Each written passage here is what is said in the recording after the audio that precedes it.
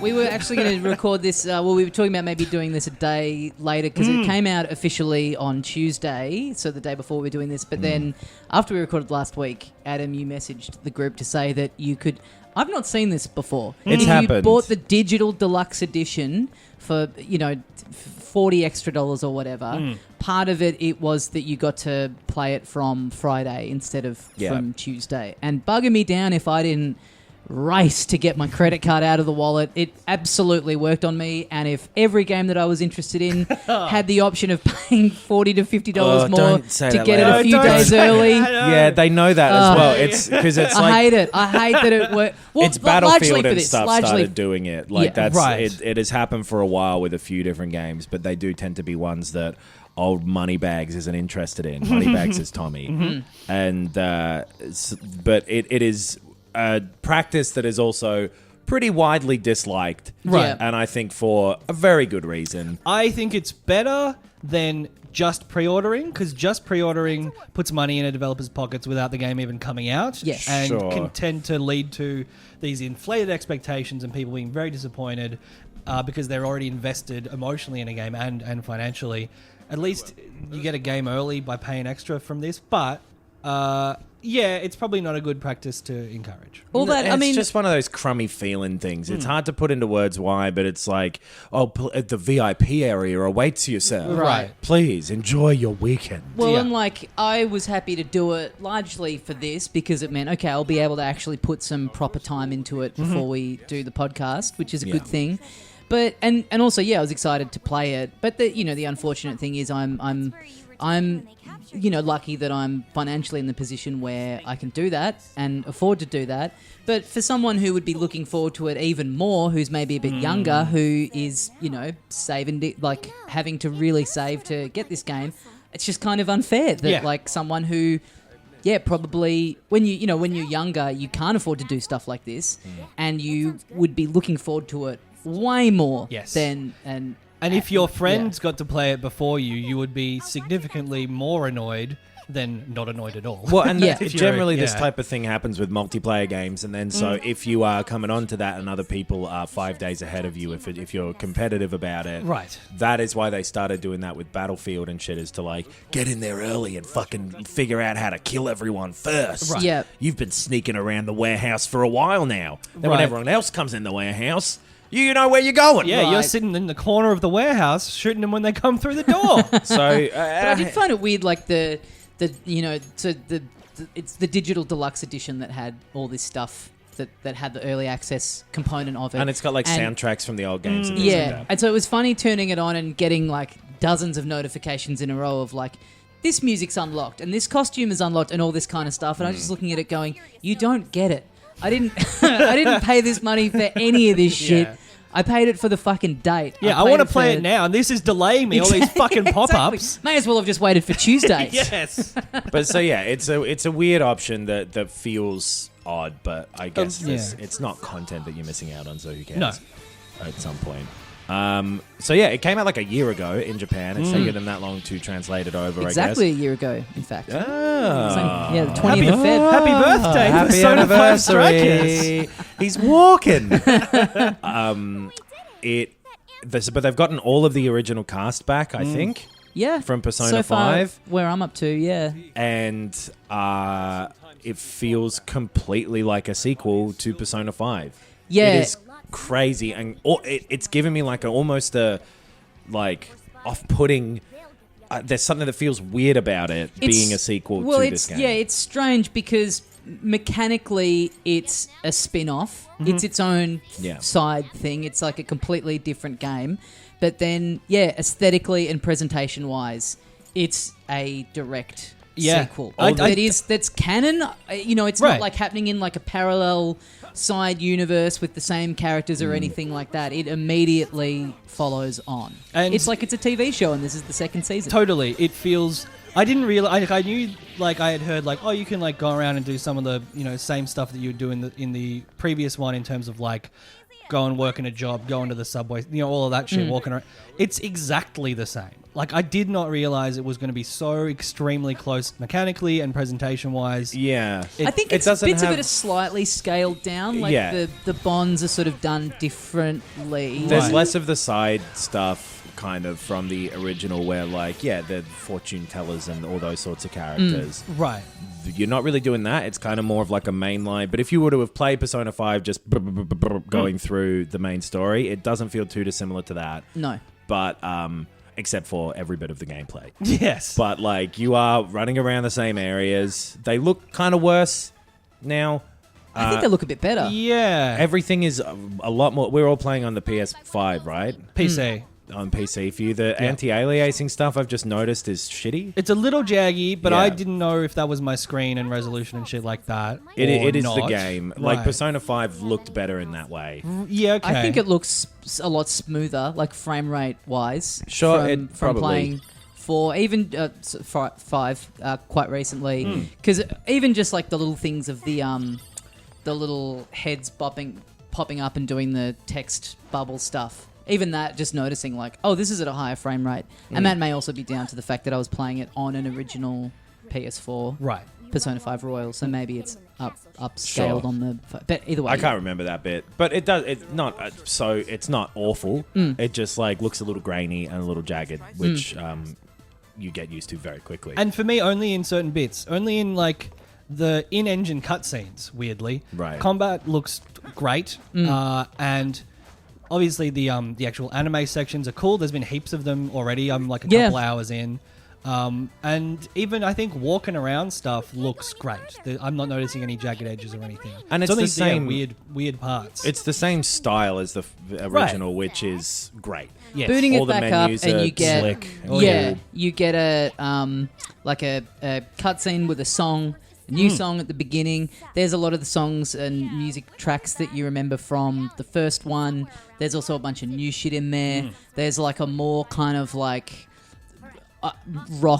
metal version of Last Surprise, which is the main battle theme from Persona 5. Which so that fits kicking a lot in is with fucking awesome. Yeah, and it fits with the change in gameplay from just a turn-based thing. And it translates similar to how Hyrule Warriors did, the recent one, where the moves that you had in the original, it finds fun ways of incorporating them into this more action-focused thing. So I think I'm 6 hours in or so. I'm just at the start of the second jail. Yeah. The big change in this one is that you're infiltrating jails instead of palaces, and there's the kind of the rulers of those jails have been able to kind of have followers and change people in the real world to kind of worship them by stealing their desires. So you're sort of, it's essentially the same thing with the palaces, but it's the gang getting back together, and there's kind of a new, it's not exactly the same stuff. Right. It's this is parallel to what we were doing in the metaverse last time, but this is a different sort of side of it that's being used and kind of corrupted in a different way. So another mystery of what's the bigger thing going on? Yeah, what's behind going all on? this? Yeah, and the benefit of it being, having a lot of shorthand already, assuming that it... I would say probably don't play this if you haven't played Persona 5. I think mechanically you could probably have fun with it and get on with it, but you just are going to miss so much of what's good about it. Will just go completely over you. Because it does a little bit to reintroduce the characters, because quite early on you get a new character join your group, who then they take that opportunity to reintroduce everybody to her. Which is an hour in, though, and... There's so much context. You're right. I just think it's not going to... And it's a big ask, I know, to go, if you are kind of interested in this style of gameplay, to go, no, you've got to go and do this other 100-hour thing first. But it really is so worth it, because so much of the joy is the shorthand of getting straight back into... in Persona 5, you're establishing this team over this 100-hour game, and some of those characters you don't really end up spending all that long with, because they're the last person that you meet. Haru is exactly. It is cool in this one that it's from the get-go, here's the whole gang, they're back together, and it's a little overwhelming to kind of choose your party out of having everyone instead of having your time to sort of get to mechanically work them out a little bit. It's strange as well, because I'm really into where the story's going, and all of their characters are written well. They're all completely back. Ryuji's Ryuji again. They haven't It doesn't feel weird in the way that it feels like somebody else writing this thing that you know. It just feels weird to have put that story so much on a shelf in my head and then get a direct sequel to it. You know what I mean? I know what you... Yeah. Because it picks up like 3 or 4 months after the end of the original, and the original, like none of the Royal stuff is in this one. Yes. Which is probably a bit weird if you played Royal. It is a bit weird if I played Royal, yeah. Like, they just ignore... There's a new, like, main party member, and they're just like, yeah, we're not going to bother with that. Yeah. Which is great for me, because I only played the original, so this is perfect. They'll be in Persona 5 Strikers Royal, I guess. Maybe. I could imagine that happening. Yeah. But so, yeah, it's just... it's a little... I guess overwhelming is the same word, to pick back up with this group. It's overwhelming too, like, mechanically the style of gameplay where I had... I mean, I didn't finish Persona 5 all that long ago. I finished Hyrule Warriors last week. Right. So I kind of thought I'm right in the sweet spot here. And I found it very... that's why I'm glad I had so much extra time to play it this week before talking about it. Because I found it a lot harder to get a handle on mechanically than I thought I would. Like, I just assumed, I'm right in the sweet spot here. I've just been playing heaps of this other game. Yep. This is just going to be a Persona skin transplanted on top of that.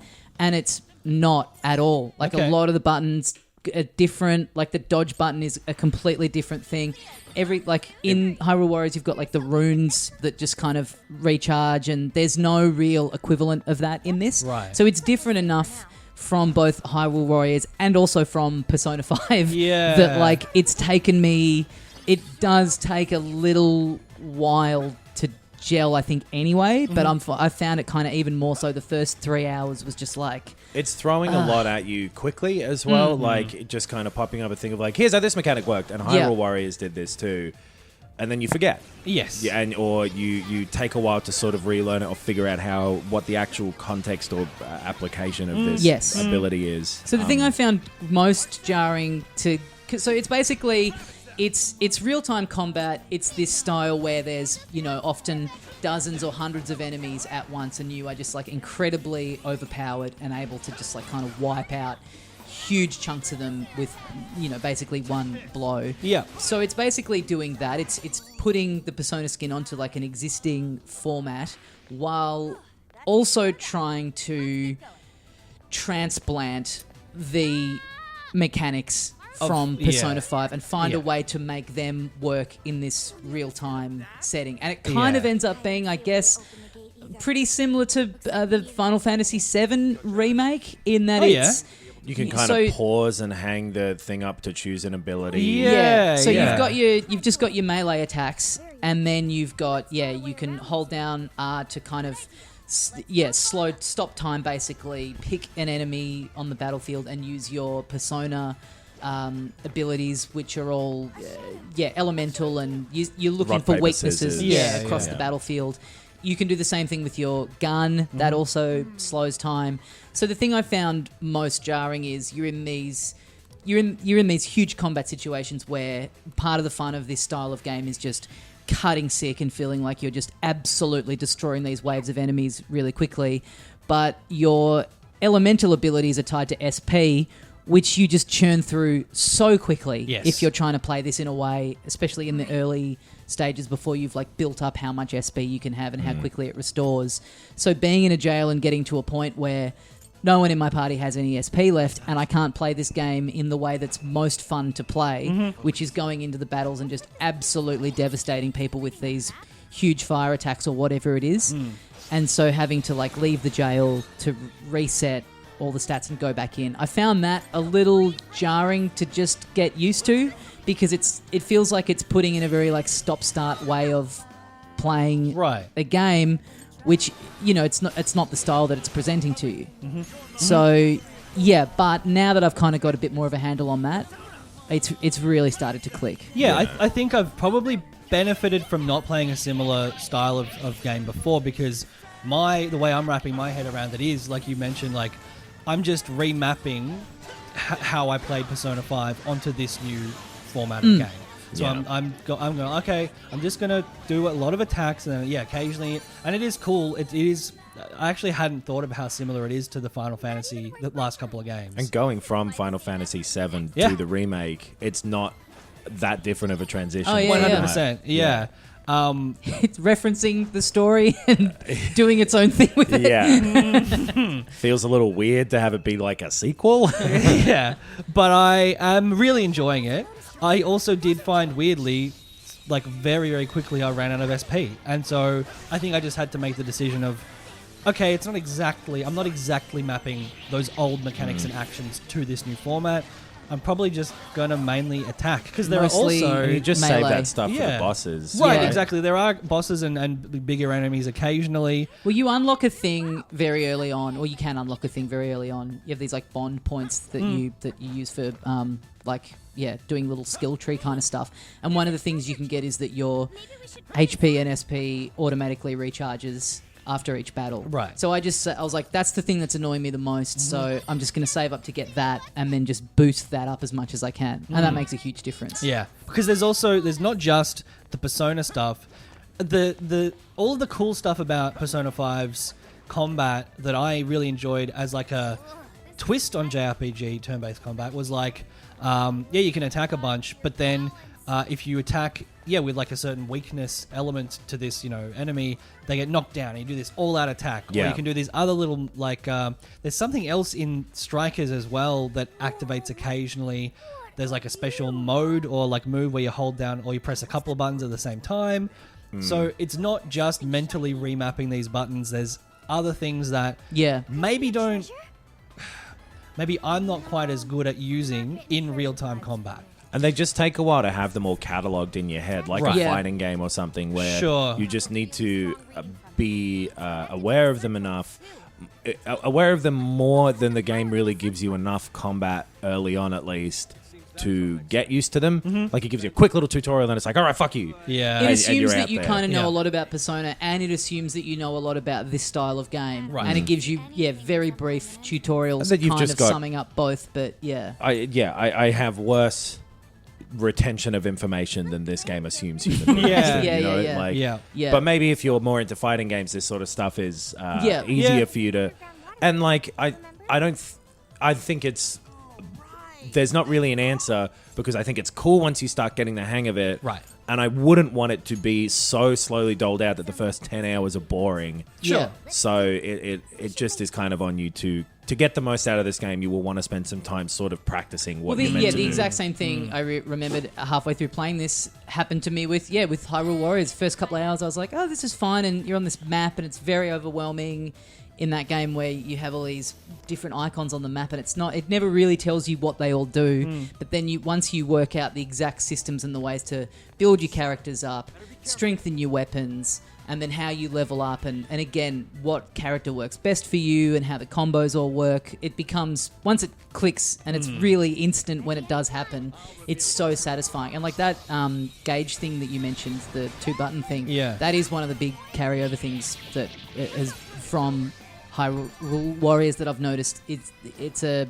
Showtime gauge thing, Right. which just kind of builds up over just you fighting and just doing damage, and it's just this big special move that just wipes out a huge area. So that's one of the things that I kind of noticed was like, oh, okay, this is here. Right. So okay, I can get my grips with this. But it there is a lot going on, and I guess kind of similar to Persona 5 as well. Like, having a gun feels very weird. Where you like, even in that game, it's like so easy to forget that it's there because it helps with flying enemies, but like, unless not- they have a specific weakness to gunfire, which again in Persona 5 was so rare.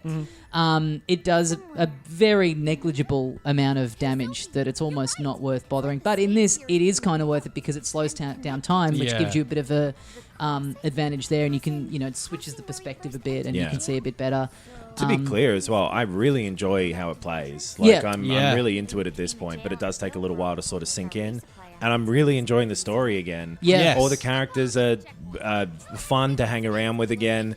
I really like the new character. Yep. And like the villains are interesting again. Yep. It's got all the stuff from Persona 5 other than the sort of life day-to-day stuff. Like, you're not going to school, you're not doing all that. And then, like, a lot of the side characters, you'll go to their shop and it'll be like, I'm away for the summer. Yeah, yeah. Bye. That is pretty funny where they're like, yeah, this isn't a spoiler, but it's like very early on. They're like, all right, we're going to need supplies.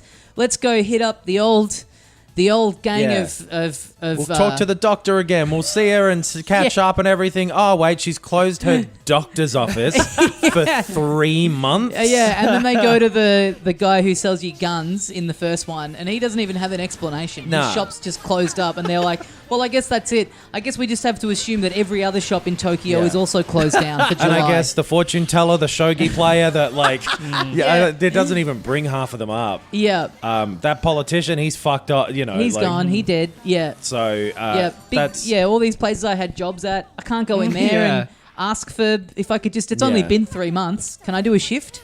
Get a bit more cash? Is that teacher still a maid as well? What's are we... So, yeah, that stuff is, like, kind of not... It's not disappointing or... like, it's just not there. No, and even if it was disappointing, you'd have to remind yourself it's not a numbered sequel. No, it's a side thing. It's a side thing. It's but crazy that it it's does everything it can to convince you that it's not. Right. But I love that it exists. Like, I love that, you know, if we probably weren't... Well, yeah, we weren't ever going to get a Persona 5 2. We'll get Persona 6, which will be its own thing. And, yeah, if this is the way that it happens, where you get to spend more time with these characters, I love that they're not precious about the IP and they go, we can... chuck it on a different gameplay mechanic. Well, because Persona 4 had a real sequel in Persona 4 Arena, the fighting game was a direct sequel to that. Right. So there is like precedent, I guess, for them doing these weird... Oh, and Dancing Starlight or whatever the fuck. Right, yeah. Yeah. It's just, it's a really, really well-made... I don't know what the who the staff is and if there's any crossover, but it's written... really well. Yeah. In the same style as 5. Like, it's very impressive.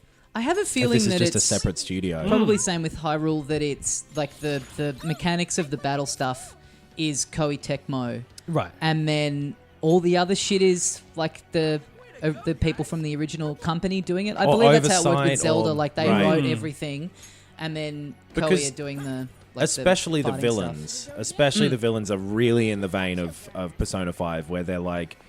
quite three-dimensional and interesting. Yeah. And, like, unique ideas. Well, yeah, the best thing about a really good game in Persona 5 was the villains expressing these, like, sociological themes and issues exactly. and, like, stuff that was bubbling up in Japanese culture.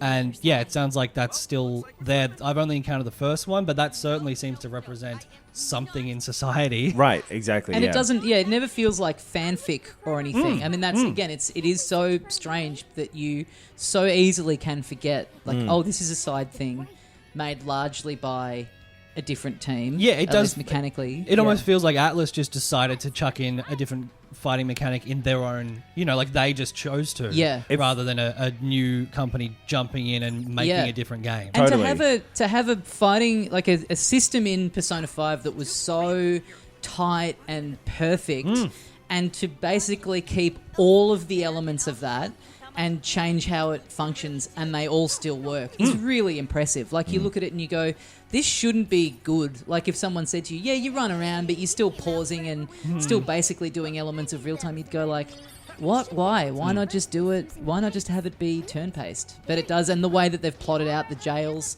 feels like it takes advantage of the ways that battles function differently, because you are actually running around in a real space, so you often end up in these little kind of arena things that are structured interestingly for these battles. They're not just like a backdrop for, scrolling through a menu or whatever. Right. Yeah, it's great. And if you if you liked 5 and you're a bit hesitant about the change in style or whatever, just definitely give it a go. Yeah. It's really great. It is absolutely a continuation of 5. I think I wouldn't bother playing it like you said, though, if you haven't played 5. No. And I think we might have made the combat sound more complex than it needs to be, because it seems like you also can just like run around hitting attack. Right. And you'll still... Because what I'm enjoying is, moving through the story and being with the characters again. Yeah. And, there's occasionally like these little bosses where you're like, oh, I should use that persona thing.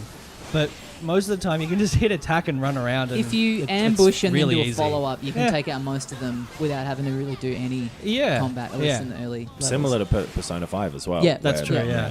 Yeah. Yeah, it's great. It's really cool. I never expected a sequel to this game, and then never expected that it would be as good as it is. Yeah. Yeah, But- and even when this got announced, I just assumed that it was like some weird side thing with just like maps, where Right. you would just kind of run around and do the combat, and that would be that. And then reading from people who'd played it in Japanese, like, no, it's its own thing. It's like 40 to 50 hours. It's got like a long story.